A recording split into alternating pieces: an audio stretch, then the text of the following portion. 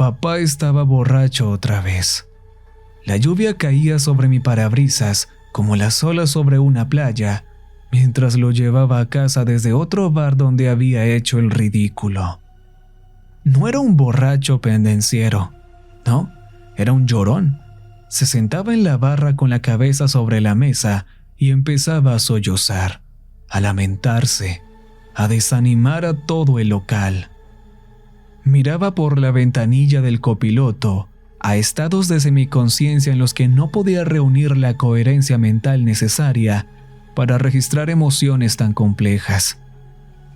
En un momento dado, incluso se inclinó sobre la consola central y trató de abrazarme, casi haciéndome sacudir el volante.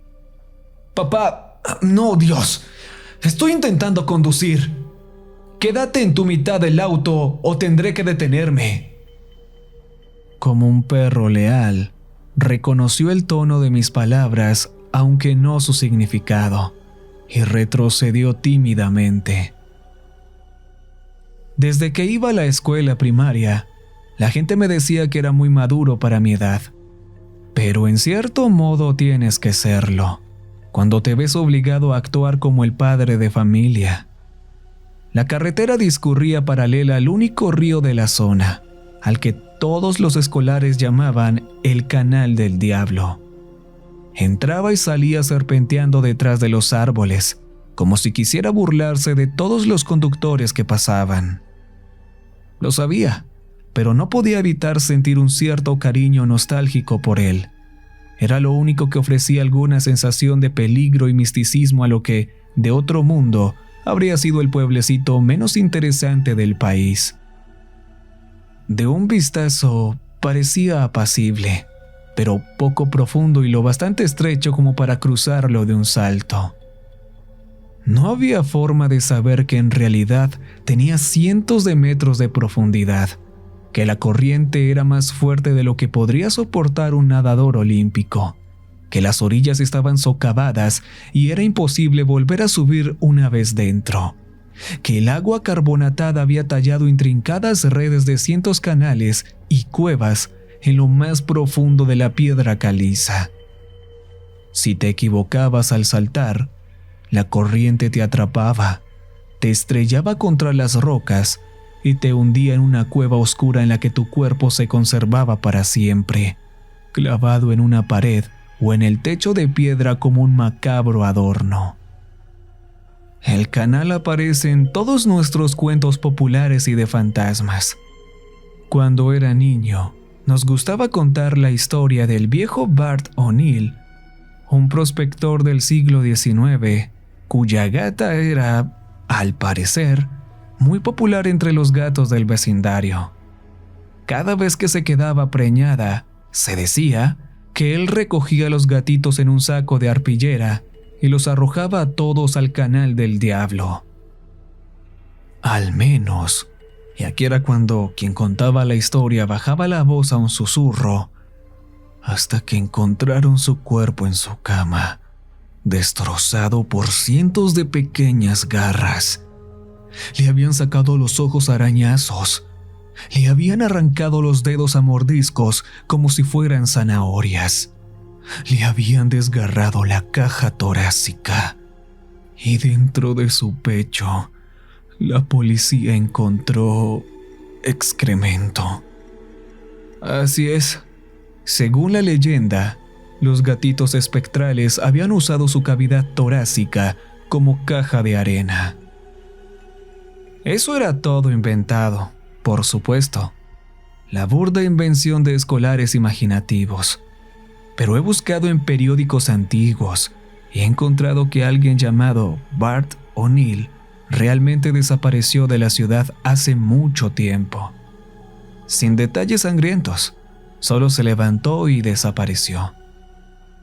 La única rareza que noté fue que, cuando su gata fue encontrada todavía encerrada en una jaula en su cobertizo, una semana después de su desaparición, estaba bien alimentada, como si alguien hubiera estado entrando a hurtadillas y cuidándola. ¿Ves? Esta es la razón por la que odio tomar esta carretera. Con cada atisbo de ese río, mi mente siempre divaga. Vuelve a viejos recuerdos, recuerdos terribles, recuerdos que hubiera sido mejor olvidar. Se enciende un fuego en mí, una especie de curiosidad morbosa que he llegado a temer. Pero entonces papá rompió mi línea de pensamiento con un largo y odioso quejido. Y entonces pensé en la primera vez que lo tuve en el asiento del copiloto, cuando yo era un niño ansioso de no más de 15 años, que aún no tenía carné de conducir, y me temblaban las manos aquella noche de Año Nuevo, mientras luchaba por esquivar a todos los borrachos que se desviaban por la carretera. Año Nuevo siempre era la peor noche para él. Hubiera sido nuestro aniversario. Hubiera sido nuestro 15º. Yo superé lo que le pasó a mamá hace más de una década. ¿Por qué él no? De todos modos, no somos las únicas personas que han sufrido pérdidas. Cuando yo era pequeño, todo el pueblo lloró la muerte de Annabel, capitana del equipo de animadoras de nuestro instituto. Ella había intentado saltar el canal, e incluso lo había despejado, pero acababa de llover y la orilla opuesta estaba llena de barro, y se dio bajo sus pies. Luego se metió de lleno. La locura fue que 15 minutos después recibieron una señal de una baliza de emergencia que su madre le había hecho llevar. Lo consideraron una prueba de que había salido viva, pero herida, e iniciaron una búsqueda frenética por los alrededores sin suerte. Corrían rumores, aunque improbables, de que se había metido en una bolsa de aire en algún lugar de aquel sistema de cuevas de piedra caliza, lo bastante cerca de la superficie como para que una sola de sus desesperadas llamadas de auxilio consiguiera llegar. A veces me la imagino allí abajo, en una oscuridad que no puedo comprender, luchando por mantener la cabeza fuera del agua. La imagino abarrotada por todos lados, por los ojos demacrados y vacíos de la gente que había entrado allí y nunca encontró la salida. Tal vez fuera mejor que estuviera en completa oscuridad. Ahí iba mi mente, otra vez. Había vuelto a ver el río y no podía evitar imaginarme a Ana allí, abajo, como si sus ojos me miraran desde debajo de aquellas aguas ennegrecidas. Intenté encender la radio para distraerme y ahogar los quejidos y sollozos de papá, pero gruñó como si el mero sonido le ofendiera. Y, borracho, tocó el salpicadero hasta que volvió a apagarla. Ya sabía lo que diría mañana. Te he defraudado. Eso es lo que diría, con la cabeza agachada como un perro al que lo descubren meando en la alfombra. Nunca he sido el padre que debería haber sido. Y todo sería muy genuino, y muy sincero, y muy temporal. Incluso una vez que ayudé a pagar su rehabilitación, me encontraron casi ahogado con su propio vómito. Esta es una llamada de atención. Finalmente estoy listo para ser el padre que siempre necesitaste que fuera. Y de hecho, durante unos meses de sobriedad, fue el mejor padre del mundo, el mejor que podría haber pedido. Hasta que llegó el Año Nuevo y otra vez cayó de nuevo, como si nada de eso hubiera pasado. Mis ojos vislumbraron una cruz colocada en el canal, con un ramo de flores en la base. Sabía exactamente para quién era. Cuando estaba en cuarto curso, Bethany, una niña que iba al mismo colegio que yo, fue engullida por el canal. Su padre fue el único que presenció el accidente, y se habían producido algunas circunstancias sospechosas. No recuerdo bien, algo sobre problemas matrimoniales, custodia, ese tipo de cosas. La cuestión era que todo el mundo sospechaba de él, pero ¿qué pruebas tenían? Los canales nunca revelan sus secretos. 3 años más tarde, su padre también desapareció. Nadie pensó mucho en ello, al menos al principio. Todos supusieron que se había cansado de las miradas de reojo y se había largado de la ciudad. Pero entonces, meses después de que todo el mundo hubiera olvidado el asunto, alguien empezó a enviar un mensaje de voz que, al parecer, había enviado a las 3 de la madrugada la noche que desapareció. Aparentemente había sido enviado a un compañero de trabajo, cualquiera de su lista de contactos. Fue un accidente, claramente. El primer minuto o 2 consistieron solo en el tipo de crujido que se espera de un dial de bolsillo, por lo que no habían pensado mucho en ello. No fue hasta que la curiosidad les llevó a investigar más a fondo, cuando se dieron cuenta de que podían oír la respiración pesada y entrecortada del padre y el crujido de ramas y hojas bajo sus pies, como si estuviera deambulando por el medio del bosque. Además, a lo lejos se oía otra voz, la débil voz de una niña, burbujeante y risueña, como si estuvieran jugando a algo.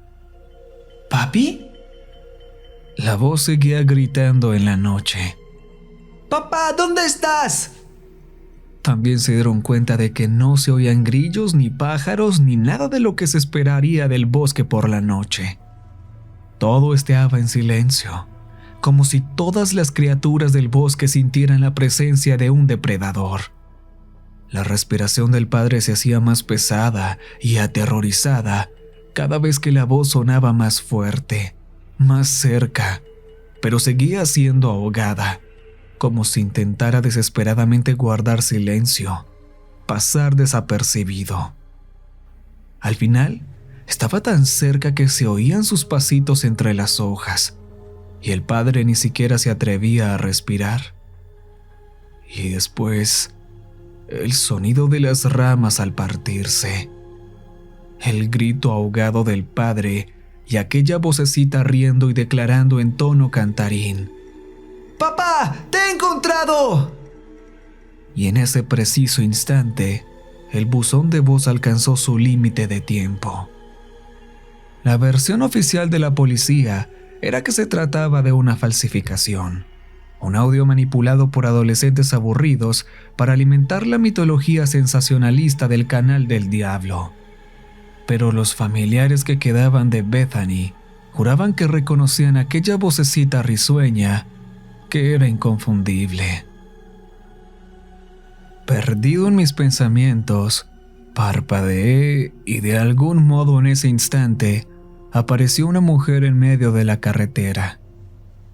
No recuerdo los segundos siguientes. Fue como si hubiera viajado en el tiempo. En un momento estaba conduciendo y al siguiente estaba atrapado en una zanja de barro al borde de la carretera, con el capó a escasos centímetros de un roble lo bastante robusto como para haber partido mi auto en dos. Y papá estaba gritando como un loco, incoherentemente al principio, pero luego convergiendo en un nombre. ¡Jessica! Estaba gritando por mamá. ¡Jessica! Y mientras gritaba, abrió de golpe la puerta del acompañante y se adentró en el bosque dando un traspiés de borracho. Cuando miré por el retrovisor, la mujer seguía de pie en la carretera, una vaga silueta apenas iluminada por la luz de la luna que se abría paso entre la tormenta. Pero cuando miré hacia atrás con mis propios ojos, ya no estaba. Maldije como un marinero mientras me adentraba en la tormenta, a ciegas, en la dirección que creía que había tomado mi padre. Tenía el corazón en la garganta. Estábamos tan cerca del canal que en su estado podía caer muy fácilmente en él, convertirse en un hombre más de su larga lista, en otra historia espeluznante que contar en los patios de recreo de los colegios. Pero entonces quedó claro que yo corría el mismo peligro. La tormenta arreciaba rápidamente. La lluvia de costado me golpeaba los ojos. El viento tiraba de los árboles por las raíces. Sin embargo, de algún modo, lo que más me aterrorizaba era la perspectiva de que, Mientras avanzaba a trompicones por aquellos bosques oscuros, pudiera oír a lo lejos la voz de una niña gritando: ¡Papá! De repente me quedé inmóvil. Me di cuenta de que podía oír el burbujeo y el chasquido de la corriente del canal, incluso por encima de la tormenta. Debía de estar muy cerca. Intenté buscar, pero la lluvia me abrazaba los ojos cada vez que no me los cubría con un brazo. Estaba demasiado aterrorizado para dar un paso en cualquier dirección, pero la tormenta actuó por mí, barriendo el barro que había bajo mis pies. El destino de Ana pasó por mi mente.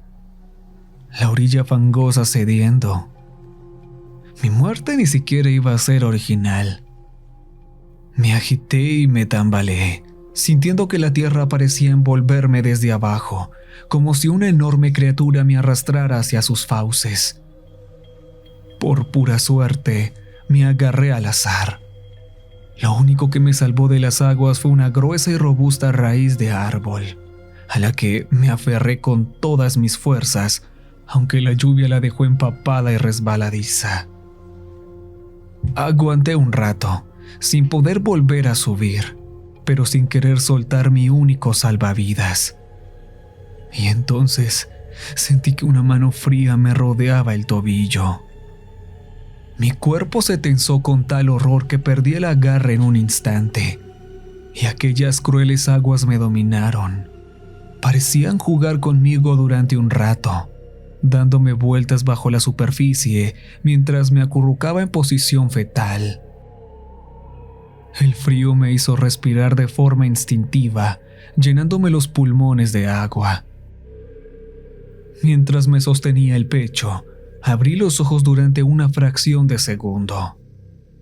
A ambos lados de mí, aquellas gruesas paredes de piedra caliza estaban salpicadas de negros abismos que eran cuevas. Y esa piedra caliza conducía abajo, muy abajo, desapareciendo en esa negrura infinita y tinta que había debajo de mí. Las conjeturas de los expertos debían de estar equivocadas. El canal no podía tener solo unos cientos de metros de profundidad. Tenía que tener 1,5 kilómetros, como mínimo. Con solo mirar hacia abajo en aquella oscuridad, sentí la misma sensación de vértigo que había sentido al mirar desde la azotea del Empire State Building. Eso y una abrumadora sensación de cosas mirándome.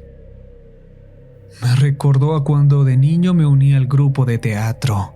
Subí por primera vez a un escenario y me di cuenta de que había más de 100 pares de ojos clavados en mí, observándome, esperando una actuación. Excepto que esta vez sabía que estaban aquí para verme morir, ver cómo me convertía en uno de ellos, hundirme muy por debajo de la superficie y unirme a ellos en toda esa oscuridad. Nunca volvería a ver la luz del sol, excepto vagamente a través de la superficie del agua, kilómetros por encima de mi nuevo hogar. Pero incluso eso no me aterrorizaba tanto como la perspectiva de aterrizar en una de esas cuevas. Incluso cuando la corriente me golpeaba salvajemente contra las rocas y mis pulmones pedían aire a gritos, mi único objetivo era evitarlas. Juro que podía ver brazos hinchados y manos que se aferraban a mí desde la oscuridad de cada cueva. Como si cada uno de sus ocupantes se sintiera solo, desesperado por tener un compañero en sus lugares de descanso eterno. De repente la corriente me golpeó la cabeza contra una roca, y desde entonces todo fue abstracto y borroso. Solo pude reunir un pensamiento coherente. No, por favor, aquí no. No me dejes morir aquí. De algún modo, sabía que si moría bajo estas aguas, mi alma nunca saldría a la superficie. Como si respondiera a mi plegaria, un par de brazos se posaron a mi alrededor. No eran las frías garras que salían de las cuevas, sino algo cálido y confortable que me abrazaba y me acunaba de una forma que me decía que todo estaría bien. De nuevo, los siguientes segundos fueron borrosos. No me explico cómo acabé de nuevo en la orilla, temblando de frío y con arcadas, vaciando el agua de mis pulmones sobre el barro. Lo único que sé es que, cuando levanté la vista, un rayo iluminó brevemente el monumento de piedra que se alzaba sobre mí y en el que se leía: En memoria de Jessica Whittaker. Lo sé todo sobre la mitología del Canal del Diablo porque formé parte de él. Mi familia es una de esas leyendas de las que hablan los colegiales, de los que se inventan historias descabelladas y teorías espeluznantes. Cáncer terminal, decían alrededor de las hogueras, que era tan horriblemente doloroso que ni siquiera la morfina podía hacer nada por ella.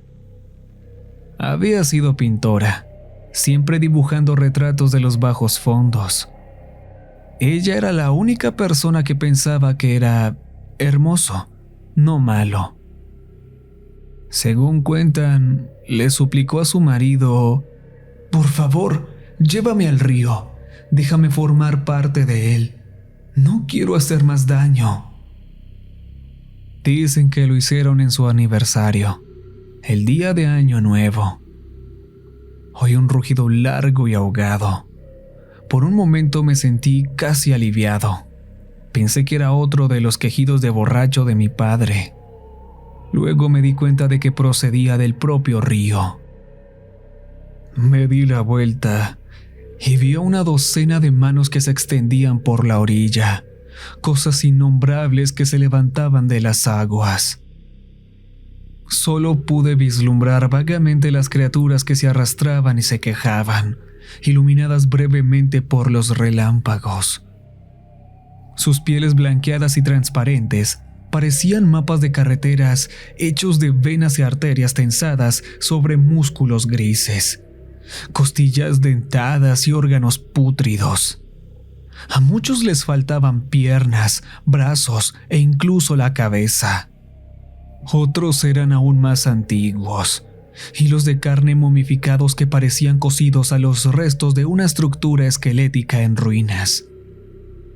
Todos parecían mirarme, aunque ninguno de ellos tenía ojos, solo cuencas negras y vacías.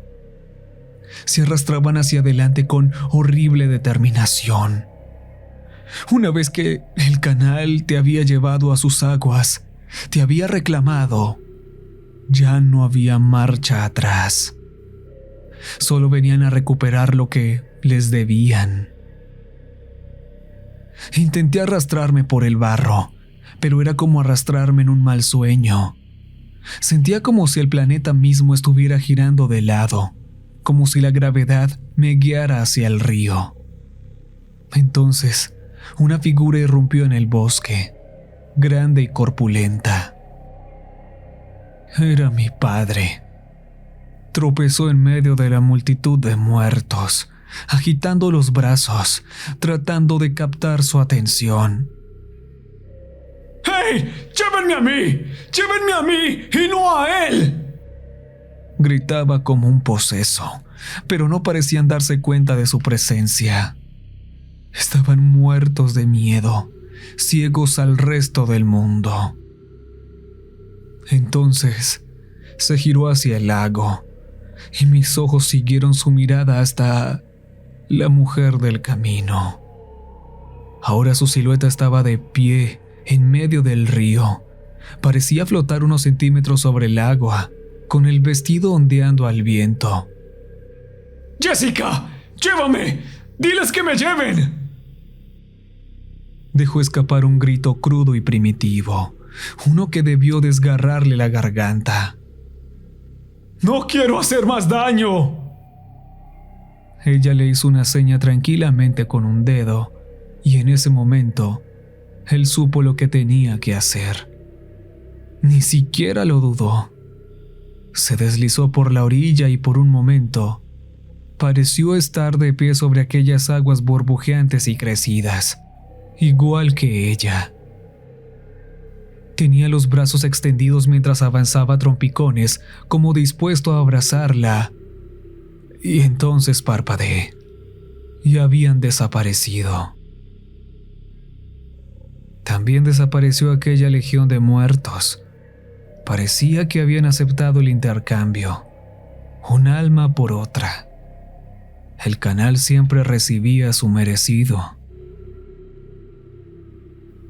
Habría sido fácil decirle a todo el mundo que mi padre se había tropezado con el canal durante otro de sus estupores de borracho, pero yo quería que la gente recordara su sacrificio. Conté una historia en la que yo me caía y él saltaba atrás de mí y me sacaba, a una costa de su propia vida.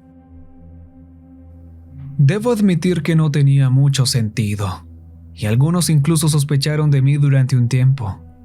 Pero al final, todo el mundo aceptó la idea de que fuera un héroe en sus últimos momentos, consiguiendo algo de redención en los últimos. A la gente le gusta cuando las historias se envuelven en pequeños lazos. A veces todavía sueño con ellos dos, flotando en el centro de una cueva submarina, iluminados por la luz de la luna y por las paredes de la cueva, llenas de ojos blancos y brillantes, como estrellas en el cielo. Muertos, pero no muertos. La corriente seguía fluyendo alrededor de ellos, animándolos como marionetas, haciéndolos girar uno alrededor del otro. Mi madre en brazos de mi padre como en un vals, igual que el día de su boda, bailando una y otra vez ante su público de muertos.